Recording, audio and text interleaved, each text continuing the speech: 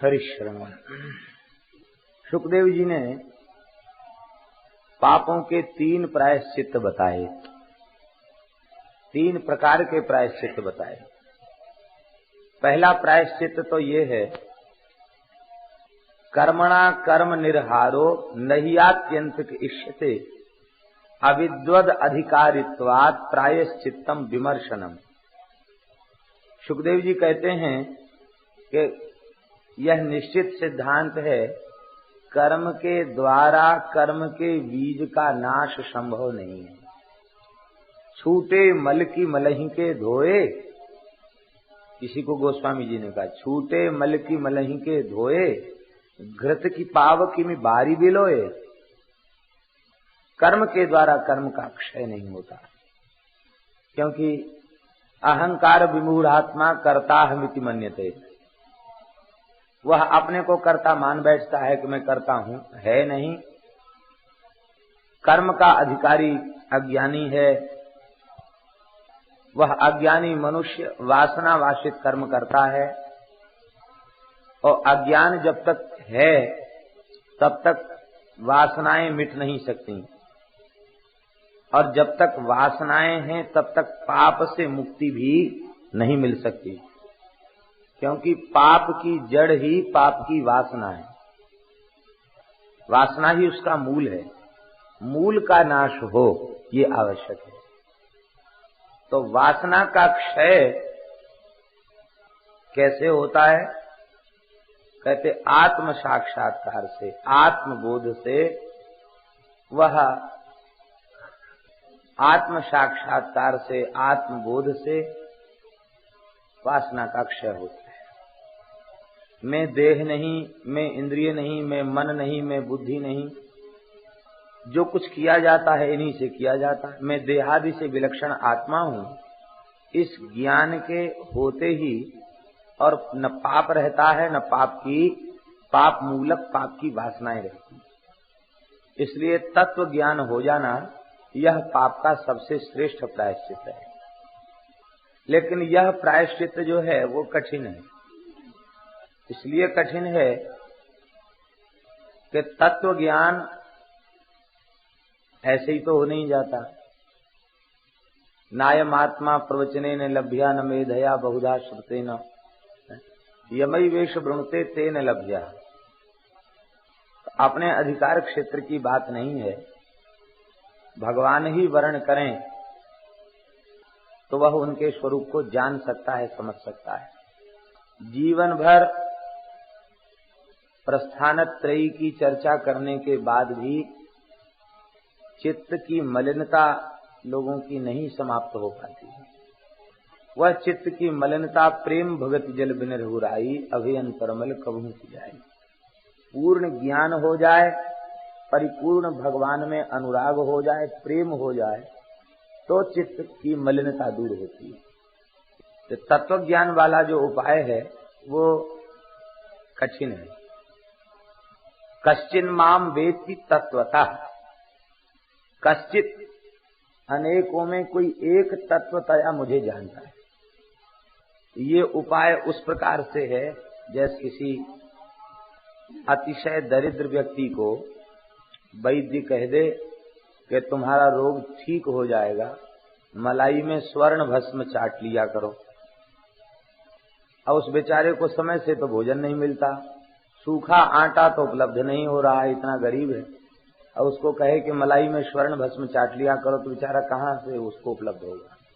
तो परीक्षित ने कहा, भगवान ये जो प्रायश्चित है ये सबके योग्य नहीं है, और दूसरा कोई बताओ। दूसरा पाप का प्रायश्चित बताया। तपसा ब्रह्मचर्येण शमेन च दमेन च त्यागेन सत्य शौचाभ्याम यमेन नियमेन च देह वाग बुद्धिजम धीराः धर्मज्ञाः श्रद्धयान्विताः क्षिपन्त्यघम महदपि वेणुगुल्ममिवानल।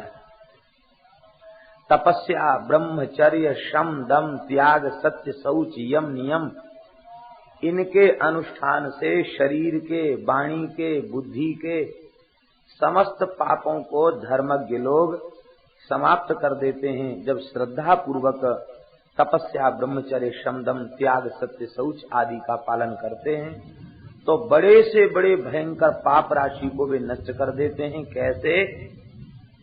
गुलमम इवानलह, वेणु गुलमम इवानलह, जैसे बांसों के झुरमुट में लगी भई आग, बांसों की रगड़ से ही आग लगती है, वहां कोई आग लगाने वाला है नहीं। आंधी चली और बांस परस्पर टकराए और उनकी रगड़ से ही आग उत्पन्न हो गई और बांसों का जंगल जलने लग गया। तो ऐसे ही तपस्या, ब्रह्मचर्य, शम, दम, त्याग, सत्य, शौच, यम, नियम, इनकी रगड़ से एक अग्नि विशेष प्रकट होती है और उस अग्नि में संपूर्ण अशुभ पाप राशि जलकर भस्म हो जाती है। और जंगल में लगी भई आग बड़ी प्रचंड होती है, एक बार तो बांसों का जंगल जल ही जाता है और बांसों के जलने में देर भी नहीं लगती। बहुत अच्छे जलते हैं बांस, तेजी से जलते हैं, आग बहुत जल्दी पकड़ती बांसों में। लेकिन इस दृष्टांत में भी एक दोष है। वो दोष ये है कि बांसों की रगड़ से जंगल में आग तो लग गई और जंगल भी जल गया, लेकिन जैसे आज काली काली घटा छाई है ना, जन्म है भगवान का, ऐसे ही आकाश में काली काली घटा घिर के आ जाए, आती है वर्षा ऋतु में, और जब जल बरसता है तो जो बांस जले हैं उनकी तो भस्म की खाद बन जाती है, वो उर्वरा शक्ति उसकी बढ़ जाती है, भूमि की, वन की। और जल वृष्टि होती है तो जल वृष्टि होने पर पुनः बांसों का जंगल हरा भरा हो जाता है, क्योंकि बांस तो जल गए लेकिन उनकी जो जड़ है वो जो नहीं जली। जड़ तो पृथ्वी में है ना, तो बांसों की जड़ जो पृथ्वी में है उस पर जल पड़ते ही वो पुनः अंकुरित हो पड़ते हैं और पहले जैसा जंगल था उससे भी प्रचंड जंगल हो जाता बांसों का। हमने ऐसा सुना है कि जहां नदियों के किनारे बांसों के जंगल होते हैं वहां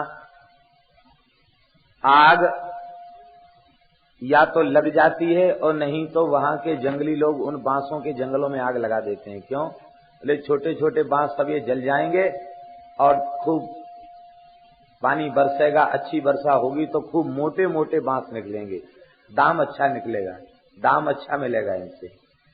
इसका तात्पर्य ये है कि एक बार इनके अनुष्ठान से पाप नष्ट हो जाएगा, लेकिन पाप की जड़ जो पाप की वासना है वो नष्ट नहीं होगी।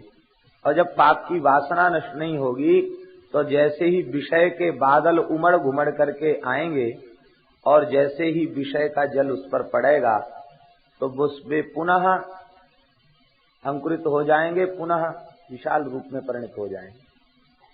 यह अत्यंत क्षुद्र हो जाते हैं लेकिन संगात समुद्रायन्ति, संग पाकर के बढ़ जाते हैं।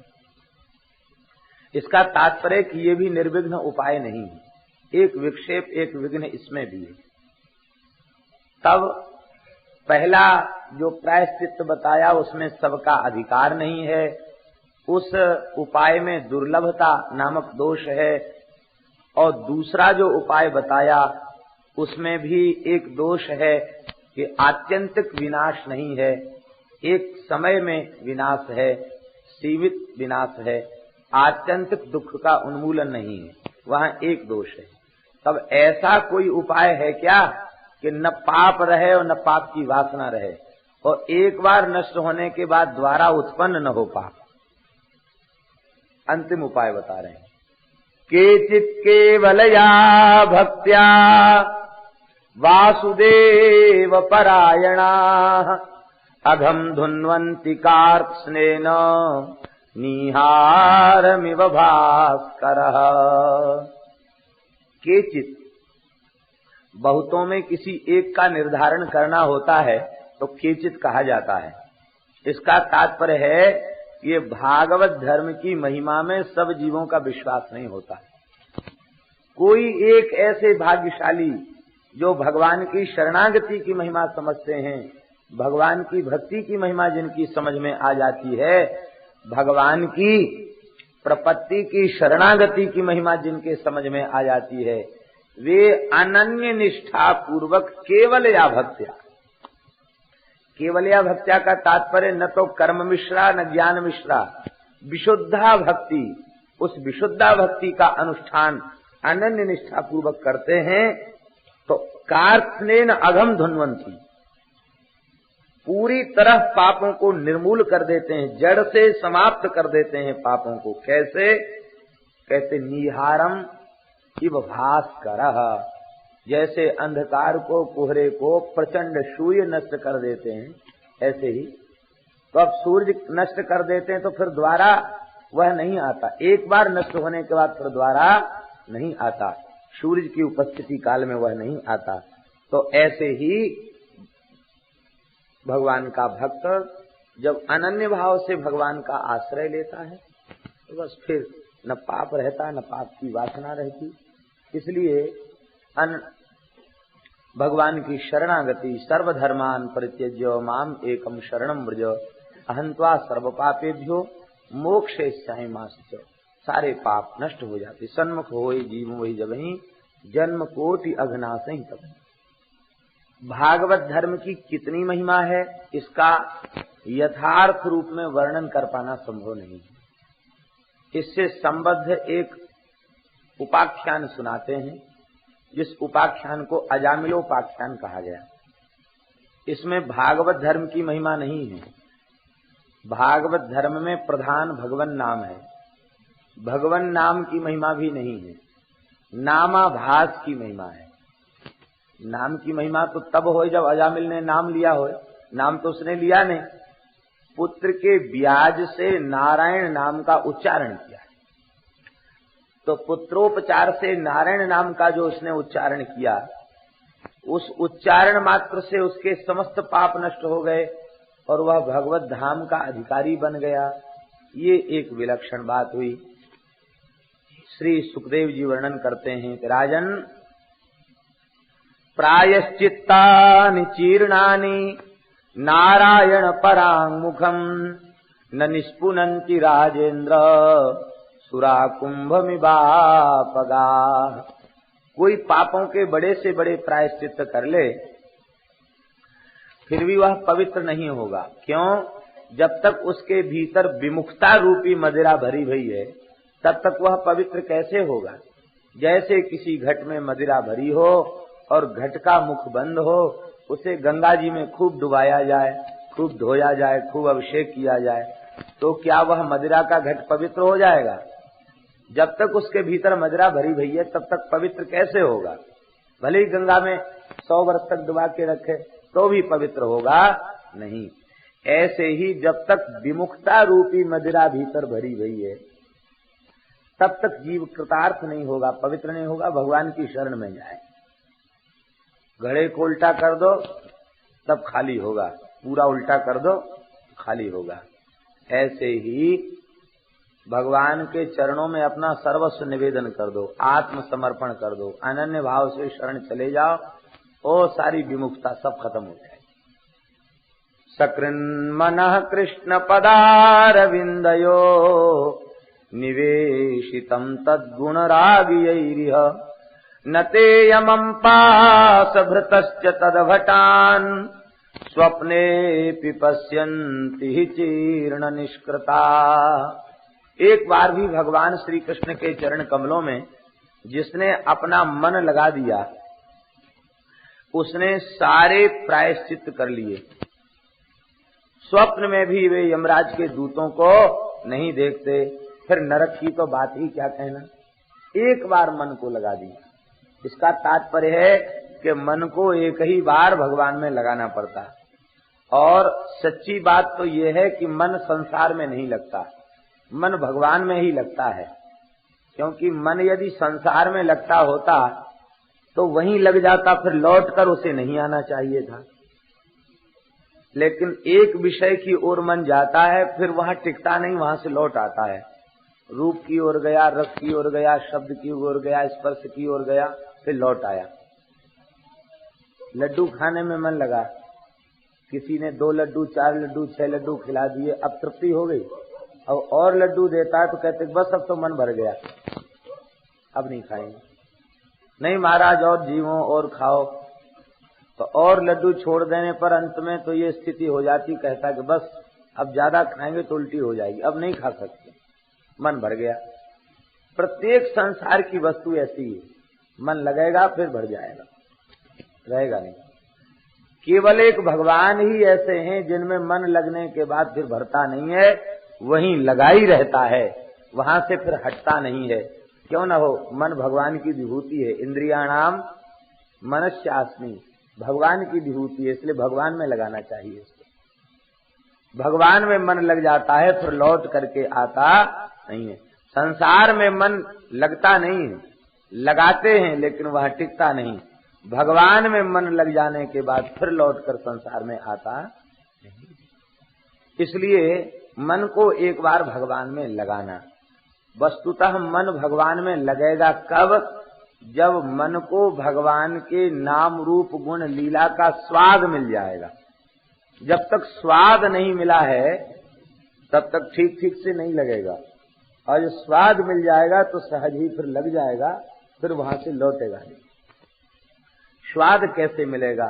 ये स्वाद मिलेगा जैसे आप अपने घर के नौकर को किसी कार्य में आज्ञा देकर नियुक्त करते हैं, ऐसे ही मन को, बुद्धि को, इंद्रियों को आज्ञा देकर भगवान के भजन में नियुक्त करेंगे तो भजन करते करते स्वाद मिल जाएगा।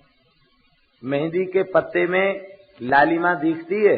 नहीं दिखती, लेकिन उसको रगड़ दिया जाता है तो रचाने वाले के हाथ तो बाद में रंगेंगे, पीसने वाले के हाथ पहले ही रंग जाते हैं। ऐसे ही भगवान के नाम में, रूप में, लीला में अपूर्व लाली भरी भई है, अपूर्व स्वाद भरा हुआ है। जब उसका बार बार हम रगड़ करते हैं, अभ्यास करते हैं, तो रगड़ करते करते, अभ्यास करते करते उसके स्वाद का अनुभव हो जाता है। पित्त के रोगी को मीठी मिश्री भी कड़वी लगती है, लेकिन वो मिश्री चूसते चूसते उसका पित्त का रोग भी दूर हो जाता है और मिश्री का फिर स्वाद उसे मिलने लग जाता है। फिर उसे मिश्री कड़वी नहीं लगती, फिर उसे मीठी लगने लग जाती।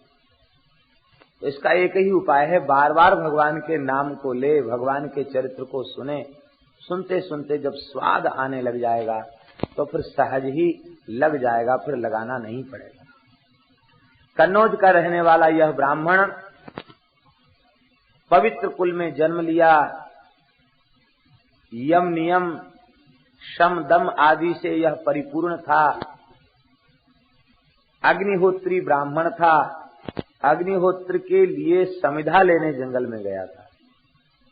अब देखिए, यहाँ जो दूसरा जो पाप का प्रायश्चित बताया है, तपसा ब्रह्मचर्येण शमेन च दमेन च त्यागेन सत्य शौचाभ्याम यमेन नियमेन च, ये सारे लक्षण अजामिल में घट रहे हैं।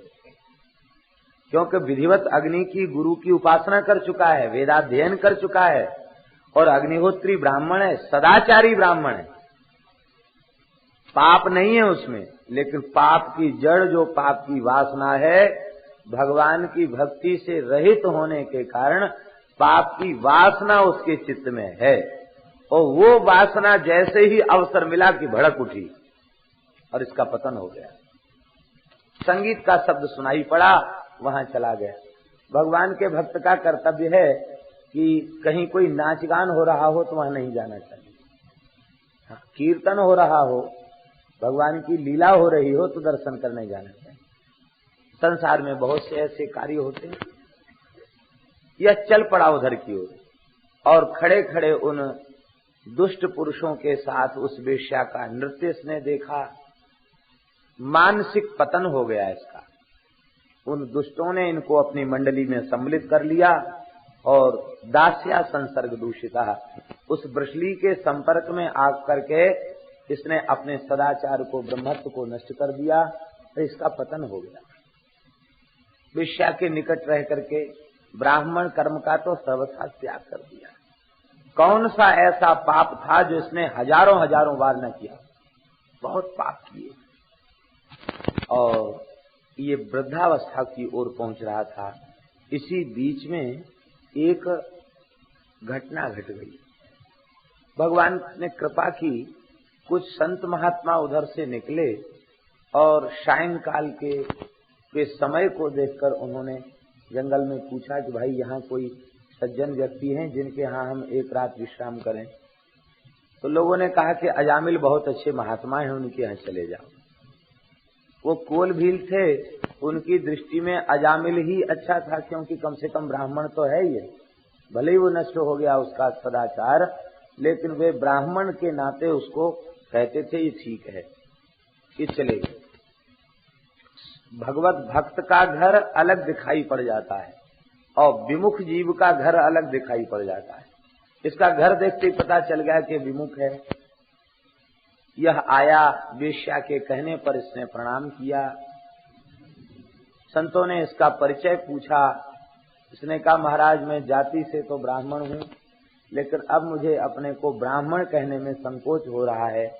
अब तो बस इतना ही समझो कि बस मैं इस वेश्या का पति हूँ, ये मेरी पत्नी है और मैं ऐसे ही अपना जीवन यापन कर रहा हूँ। संतों ने एक रात विश्राम किया, लेकिन संतों का हृदय बड़ा दया से परिपूर्ण होता है। वे विचार करने लगे ये बेचारा ब्राह्मण पथभ्रष्ट हो गया, पतित हो गया, इसका उद्धार कैसे?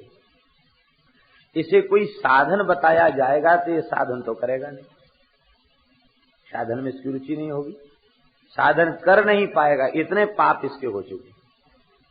अंत में संतों ने विचार विमर्श करके महा महिमामय भगवान नाम महात्म का स्मरण किया और नाम महात्म का स्मरण करके इसको चलते चलते बताया, तेरे जितने पुत्र अभी है ना, 9 संतान हो चुकी है, सबके ऊट पटांग नाम है। अब ऐसा नाम मत रखना, अब की बार जो पुत्र हो उसका नाम नारायण रखना। कह के महात्मा चले गए।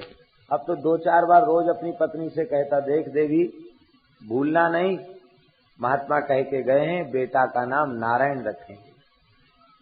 जाने अनजाने में 2-4 बार नारायण नाम का उच्चारण हो जाता, इसके पाप नष्ट होने लगे और अंत में जब बालक का जन्म हुआ, अब तो सबसे छोटी संतान होने के कारण उस बालक में इसकी बड़ी प्रीति बढ़ गई और नारायण के साथ वह खेलता रहता, बालक के साथ खेलता रहता। एक समय की बात है, वृद्धावस्था हो चुकी थी, मृत्यु का काल निकट था, ये मृत्यु शैया पर पड़ा हुआ था।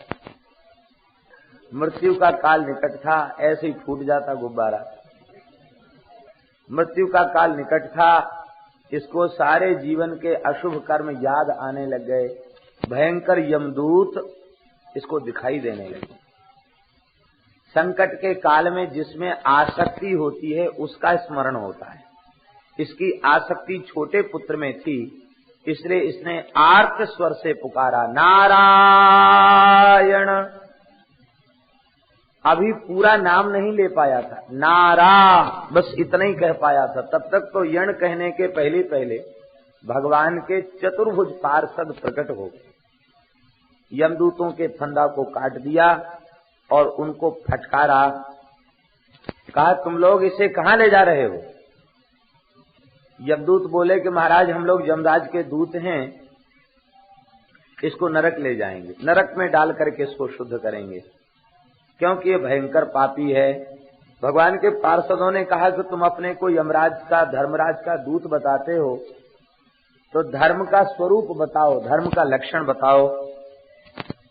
यमदूतों ने कहा कि वेद में जिसका विधान किया गया है उसे धर्म कहते हैं और वेद जिसका विरोध करता है उसे अधर्म कहते हैं। वेद जिसका निषेध करता है उसे अधर्म कहते हैं। वेद साक्षात परमात्मा है, ऐसा हमने सुना है, यही वेद का स्वरूप है।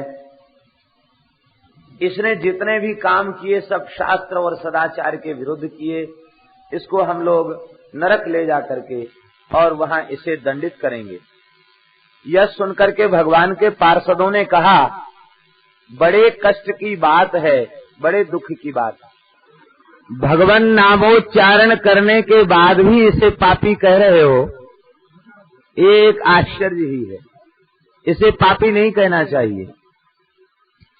1 जन्म 2 जन्म की क्या चले, अयम ही कृत निर्वेशो जन्म कोट्यंग हसामपी। इसने अपने करोड़ों जन्मों के पापों का प्रायश्चित कर लिया क्यों? बोले इसने विवश होकर के भगवान नाम का उच्चारण किया। भगवान के नाम की ऐसी महिमा है, भगवान के नाम को संकेत में ले, हास परिहास में ले, अवहेलना में ले, कैसे भी भगवान के नाम का उच्चारण करे, अशेष आधारम। संकेत में, हास परिहास में, अवहेलना में कैसे भी भगवान के नाम का उच्चारण हो जाए, संपूर्ण पाप नष्ट हो जाते हैं। यह संकट से मुक्त हो गया।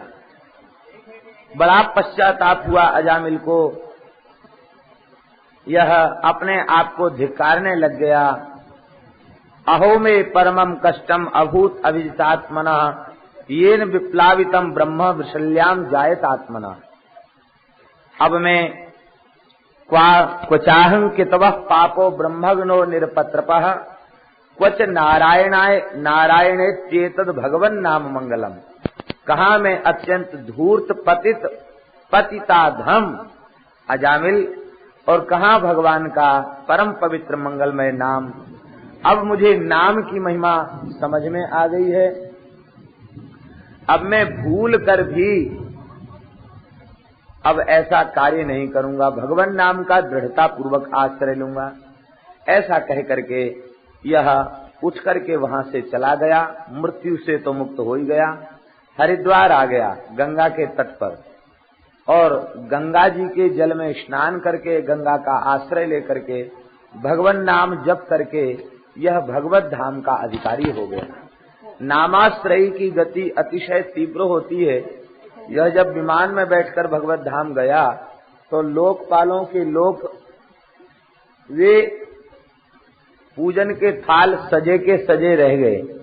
इसका विमान तीव्र गति से भगवान के निकट पहुंच गया। श्री सुखदेव जी कहते हैं, म्रियमाणो हरेर नाम गृणन पुत्रोपचारितम अजामिलोप्यगाधाम किम पुनः श्रद्धया गृणन। म्रियमाण अजामिल ने पुत्र के बहाने से नाम का उच्चारण किया और उसे भगवत धाम की प्राप्ति भई। फिर श्रद्धा पूर्वक कोई नाम का आश्रय ले तो उसके कल्याण में क्या कोई संदेह है? उसके कल्याण में किसी प्रकार का कोई संदेह नहीं है। परीक्षित जी ने पूछा, महाराज यमदूतों ने क्या किया इसके बाद?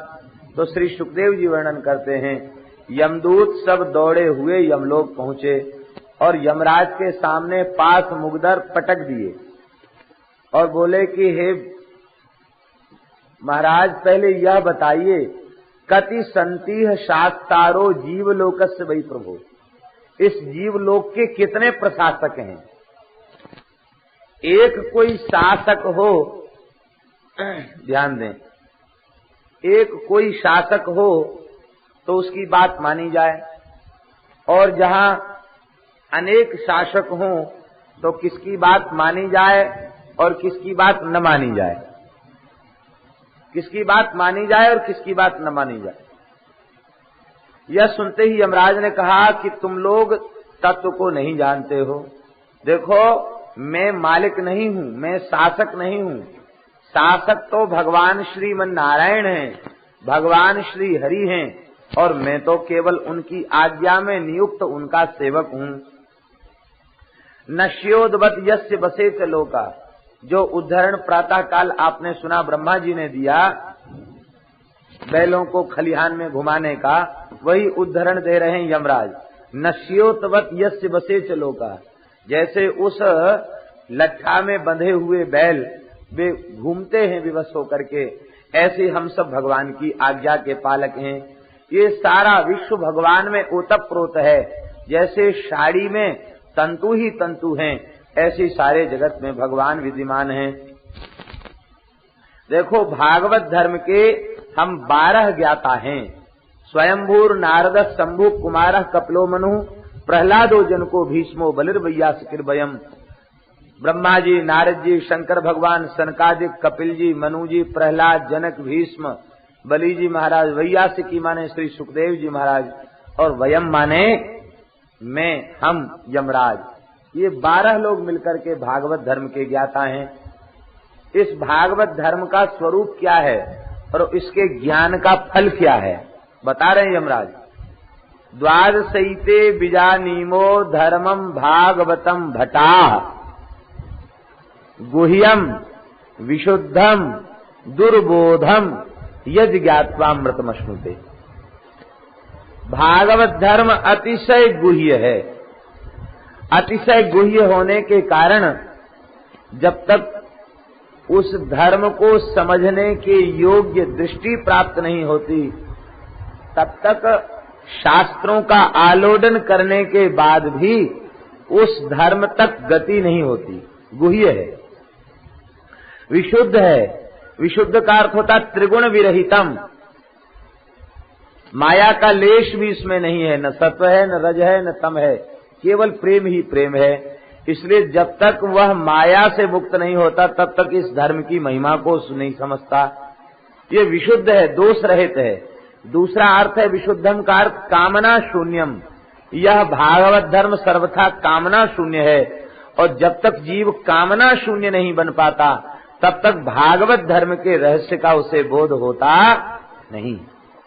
कामना शून्य। और अंतिम विशेषण है दुर्बोधम। ये दुर्बोध है, इसका ज्ञान बहुत कठिन है। भगवत अनुग्रह से, भगवान की कृपा से उसका ज्ञान हो जाए ये संभव है, भागवतों के अनुग्रह से ज्ञान हो जाए ये संभव है, अपने पुरुषार्थ से ज्ञान नहीं होता। प्रधानता कर्म की नहीं, प्रधानता भागवत धर्म की है, भगवान की भक्ति की है। लेकिन जीवन भर वे कर्म कांड का आश्रय लेने के बाद भी जीवन भर में भी उन्हें ज्ञान नहीं हो पाता कि महिमा भगवान के नाम की। उदाहरण, जैसे कोई भी पूजन का आरंभ होता है तो भगवान नाम से होता। ओम नारायणाय नमः, ओम केशवाय नमः, ओम माधवाय नमः, ओम ऋषिकेशाय नमः। भगवान नाम से शुद्धि, भगवान नाम से पवित्रता। फिर अपवित्र पवित्रो वा सर्वावस्थांगतो वा यस्मरेत पुंडरीकाक्षम सवाह्याभ्यंतरा शुचि। जो भगवान का स्मरण करता है वह बाहर भीतर से पवित्र हो जाता है। लेकिन वे इस मंत्र को बार बार उच्चारण करने के बाद भी यह नहीं समझ पाते हैं कि वास्तविक बाहर भीतर की पवित्रता भगवान नाम के आश्रय से। ऐसा जानकर वे भगवान नाम का आश्रय नहीं ले पाते हैं, इसलिए कहा गया दुर्बोधन। फिर पूजन के पश्चात भी क्या कहा जाता है? यस्य स्मृत्या च नामोक्त्या तपो यज्ञ क्रियादिषु न्यूनम संपूर्णताम याति सद्यो वंदे तमच्युतम। जिनके नाम के स्मरण मात्र से तप यज्ञ आदि समस्त शुभ कर्मों की जो न्यूनता है वह समाप्त हो जाती है, संपन्नता को प्राप्त होती है, ऐसे भगवान के चरणों में नमस्कार। सद्यो वंदे तमच्युतम। लाभस्तेषाम जयस्तेषाम कुतस्तेषाम पराजयः येषाम इंदीवरस्यामो हृदयस्थो जनार्दन। बारंबार भगवान की महिमा का ही वर्णन है, लेकिन इसके बाद भी वे अनन्य भाव से भगवान का आश्रय नहीं ले पाते और वह निष्काम भाव से भगवान की उपासना में प्रवृत्त नहीं हो पाते। इसलिए कहा गया दुर्बोधम। अब इस धर्म के ज्ञान का फल क्या है? कहते यज ज्ञात्वा अमृतम अश्नुते। इसके ज्ञान का फल है अमृत की प्राप्ति। देखिए, अश्नुते का अर्थ प्राप्ति नहीं है। असुंग भोजने धातु से अश्नुते बना, इसका तात्पर्य है अमृतम भूंगते, अमृत का आस्वादन करता है। भागवत धर्म का पालन करने वाला वह दुख से युक्त नहीं होता, अपितु अमृत का आस्वादन करता है। आस्वादन ही नहीं करता, अमृत में सराबोर रहता, अमृत में ही डूबा रहता है। यज ज्ञात्वा अमृतम अश्नुते। ये अमृत क्या है? आप सब लोग जानते हैं। धन्यास्ते कृतिनः पिबन्ति सततम श्री राम नामामृतम। ये अमृत है, इस अमृत को पीता रहता भागवत धर्माश्रयी। और कौन सा अमृत है? तव कथामृतम तप्त जीवनम कविभिरीडितम कल्मषापहम श्रवणमंगलम श्रीमदाततम भुवि गृह्णन्ति ते भूरिदा जना। कभी नामामृत, कभी कथामृत, कभी रूपामृत, कभी लीलामृत, ये अमृत हैं। इन अमृतों का ही वह उपभोग करता रहता है। देहाती कहावत है, खाड़ खूंदे खाड़ खाए। पहले खाड़ खूंदी जाती थी, खूंदते थे पैर से उसको, तो कहावत है ब्रज की, खाड़ खूंदे खाड़ ही खाए। खाड़ खूंदने वाले को क्या कमी, खूब खाड़ खाए शक्कर खाए, उसको कौन रोकने वाला है।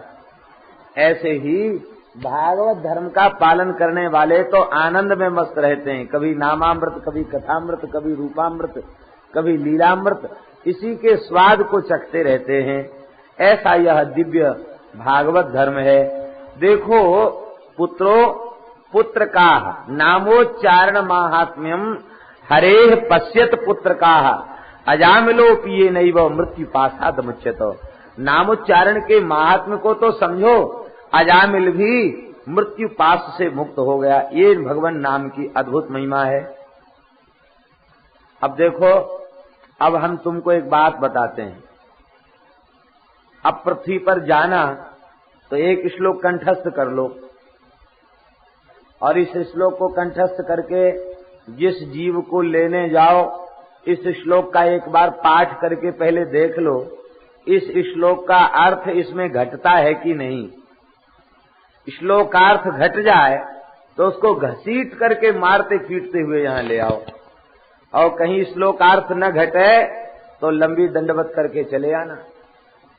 नहीं तो फिर अब की बार तो मार से बच गए हो, तो अब की बार फिर बहुत मार पड़ेगी। ये श्लोक कौन सा है? यमदूत तो बाद में घटाएंगे हमारे ऊपर, पहले हम लोग ही घटा लें।